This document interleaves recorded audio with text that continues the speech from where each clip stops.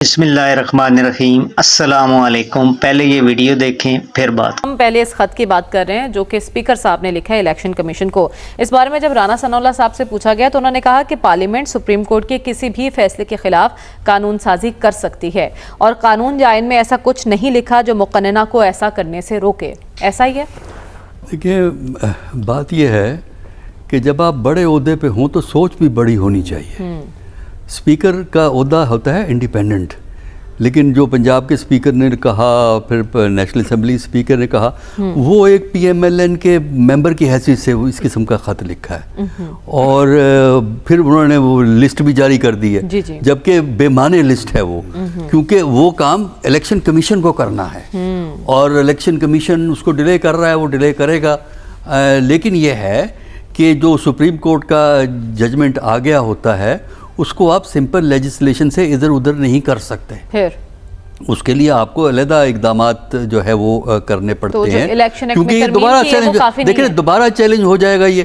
اب پرابلم یہ ہے کہ ہم ہر کام میں بگاڑ نکال لیتے ہیں، کر لیتے ہیں، اس لیے کہ وہ آپ یہ نوٹیفیکیشن دیں تو وہ پھر کہیں گے جو ان کا جو ایکسپلینیشن تھی سپریم کورٹ کی طرف سے آئی، اس سے پہلے جو اوریجنل ججمنٹ ہے جولائی کا، اس کی روشنی میں فیصلے کرنے ہیں، اسپیکر کے کہنے کی بنیاد پہ فیصلے جو ہے نہیں کرنے۔ اور پھر ایک اور دلچسپ بات یہ، جتنی قانون سازی ہو رہی ہے وہ حکومت وقت اپنے ایڈوانٹیج کے لیے کر رہی ہے۔ اس کو یہ جو جس کی آپ ذکر کیا لیجسلیشن کا، اس کو پیچھے سے اپلائی کیا ہے، یعنی ڈبل اس میں آپ نے گیم کھیلا ہے۔ ایک تو وہ رول چینج کیا تاکہ کوشش ہے کہ تو یہ خط ایک معجزہ ہو سکتا ہے الیکشن کمیشن کے لیے؟ نہیں، خط کی تو حیثیت کمزور ہے۔ اچھا، حیثیت ہے، اسپیکر کا خط ہے لیکن کمزور ہے کیونکہ سپریم کورٹ کا ججمنٹ موجود ہے۔ اب پرابلم یہ ہے نا کہ آپ نے آرگومنٹ دینی، آپ نے رانا ثناء اللہ کی آرگومنٹ دی، آپ مجھ سے کہیں میں اس کے حق میں بھی بیان نکال سکتا ہوں، اس کے اگینسٹ بھی نکال سکتا ہوں، وہ تو کوئی مسئلہ نہیں ہوتا نا۔ آپ اگر انصاف سے کام نہیں لیتے، اصول پسندی سے کام نہیں لیتے، قاعدے سے کام نہیں لیتے، آپ جو مرضی بیان دیتے، وہ کوئی تو مسئلہ ہی کوئی نہیں ہوتا۔ ٹھیک ہے ڈاکٹر صاحب، سب سے پہلے تو میں حکومت کا مائنڈ سیٹ جاننا چاہتی ہوں۔ مینار پاکستان کے بجائے آپ نے کہیں اور جلسے کی اجازت دے دی، اس کے پیچھے کیا مقصد ہے؟ دیکھیں، ہم جو بھی کام کرتے ہیں بے ڈھنگے پن سے کرتے ہیں۔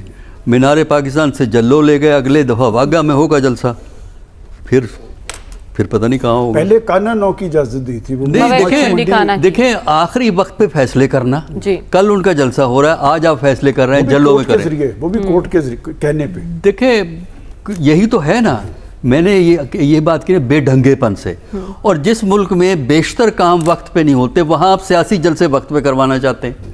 اب 2 سے 5 کے درمیان دیکھیں نا، اب یہ باتیں جو ہے نا یہ ہے مترادف اس بات کے کہ جلسہ نہ کرو، کہ اس پارٹی کو اجازت نہیں جلسے کی، باقی اپنے جلسے کرتے رہیں۔ دیکھیے جو یہ بیج بوئے جا رہے ہیں اس وقت پاکستان کی پولیٹکس میں، میرے لیے فکر کی بات یہ ہے کہ یہ آئندہ کے لیے بھی مشکلات پیدا کرے گا۔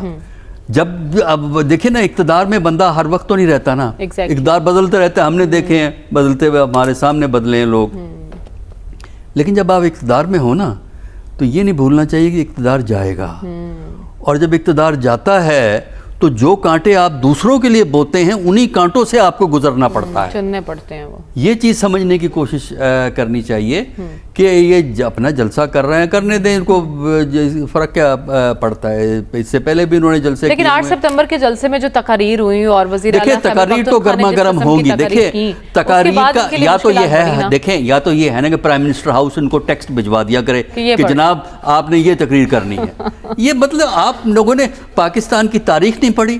جلسوں میں ہوتا کیا ہے؟ جلسوں میں تو آپ ایک دوسرے پہ الزامات لگاتے ہیں، برا بھلا ایک دوسرے کو کہتے ہیں، اور کس نے نہیں کہا جب اپوزیشن میں پی ایم ایل این تھی، پی ڈی ایم کے جلسے آپ بھول گئے؟ گجرانوالہ کا اسپیشلی، کوئٹہ کا بھی اور گجرانوالے کا جو تقاریر ہوئی ہیں وہ آپ بھول گئے؟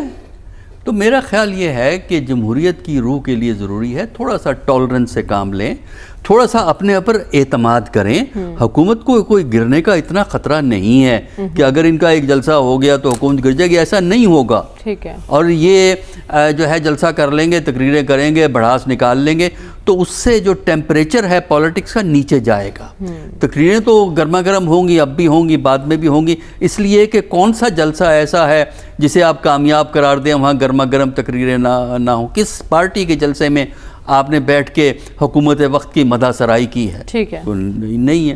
تو میرا خیال یہ ہے کہ یہ فیصلے افسوسناک ہیں اور اس سے پاکستان میں سیاست کو، باہمی اعتماد کو، باہمی ہم آہنگی کو فروغ نہیں ملے گا. لیکن چونکہ ہماری حکومت یہ سمجھتی ہے کہ اقتدار ان کے پاس ہے اور لہذا جو بھی فیصلہ وہ کریں گے وہ امپلیمنٹ کر سکتے ہیں. ہم ضرور امپلیمنٹ کر سکتے ہیں، لیکن اس کے نتائج جو ہے نا لانگ ٹرم میں، مجھے اس وقت پاکستان کی آج کی فکر نہیں ہے، کل کی مجھے فکر ہے کہ یہ جو باتیں ہم کر رہے ہیں اس سے نہ اس ملک میں جمہوریت رہے گی، نہ اس ملک میں ٹھیک ہے. آپ کہہ رہے ہیں آج ہونے والے فیصلوں کے اثرات آپ کو دور رس دکھائی دے رہے ہیں اور اس سے آپ کو پاکستان کا کل خطرے میں دکھائی دے رہا ہے. ڈاکٹر صاحب میرا سوال یہ ہے، اب آئینی ترمیم کا جو معاملہ ہے اس پہ ڈرائیونگ سیٹ پر بلاول بھٹو کو بٹھا دیا گیا ہے، تو مولانا پھر بھی کہہ رہے ہیں ہم اپنے موقف پر کھڑے رہیں گے.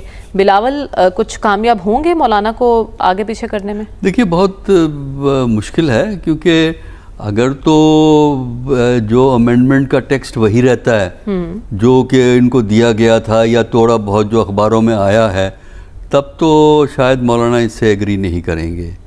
ہاں اگر گفت و شنید سے کوئی common acceptable frame work evolve کر لیتے ہیں، بنا لیتے ہیں، تب شاید یہ امینڈمنٹ ہو جائے. دیکھیں نا، امینڈمنٹ کا جو اصولی طریقہ یہ ہے کہ جب آپ بنیادی تبدیلیاں کی، اس میں بنیادی تبدیلیاں ہو رہی ہیں، یعنی اگر جو گورنمنٹ کی پرپوزل ہے اگر وہ امپلیمنٹ ہو جائے تو سپریم کورٹ کی حیثیت، ہائی کورٹ کی حیثیت جو ہے نا وہ بیوروکریسی والی ہو جاتی ہے. جس طرح 1973 میں بھٹو نے بیوروکریسی کی پروٹیکشن ختم کر دی تھی، لہٰذا اب بیوروکریٹ کو حکومت پورے ملک میں نچا سکتی ہے. آج آپ کو ادھر پوسٹ کر دیا، کل آپ کو وہ کر دیا، او ایس ڈی بنا دیا جو بڑی سزا ہوتی ہے کیونکہ وہ گاڑیاں چاڑیاں ہاتھ سے نکل جاتی ہیں. اچھا، تو اسی طرح وہ چاہتے ہی ہیں کہ سپریم کورٹ پہ بھی اسی طرح کمانڈ کریں تاکہ ان کو جو چیلنجز کا خطرہ ہے یا جو اپنی خواہش ہے کہ اپنے انداز میں نظام کو چلانا ہے اس کے راستے میں کوئی رکاوٹ نہ پیدا کر دے. وہ جو ہائی کورٹ سپریم کورٹ سے وہ ڈرتے ہیں، لہذا جو پروویژنز دی گئی ہیں جس کے لیے جو انٹلیکچوئل پاکستان کے جو سب سے بڑے بلاول بھٹو صاحب ہیں وہ مثالیں دے رہے ہیں ادھر کی ادھر کی. دیکھیے یہ جو مثالیں دیتے ہیں نا کانسٹیٹیوشنل کورٹ کی، جی دیکھیں دنیا میں کانسٹیٹیوشنل کورٹ والے ملک بھی ہیں، بغیر کانسٹیٹیوشنل کورٹ والے بھی ہیں، وہ بھی صحیح چل رہے ہیں، وہ بھی صحیح چل رہے ہیں. جن ملکوں میں سیاست میں اتنا دنگا فساد ہو، اتنے جھگڑے ہوں، وہاں کانسٹیٹیوشنل کورٹ کو سیپریٹ کرنے سے نہیں بات بنے گی. اور دوسرا یہ ہے کہ یہ جو برٹش کامن ویلتھ اور نارتھ امریکہ کی ٹریڈیشن نہیں ہے، اسی لیے پاکستان، انڈیا، سری لنکا، نیپال، سری لنکا میں اس قسم کی کورٹس، بنگلہ دیش میں بھی اس قسم کی کورٹس موجود نہیں ہیں.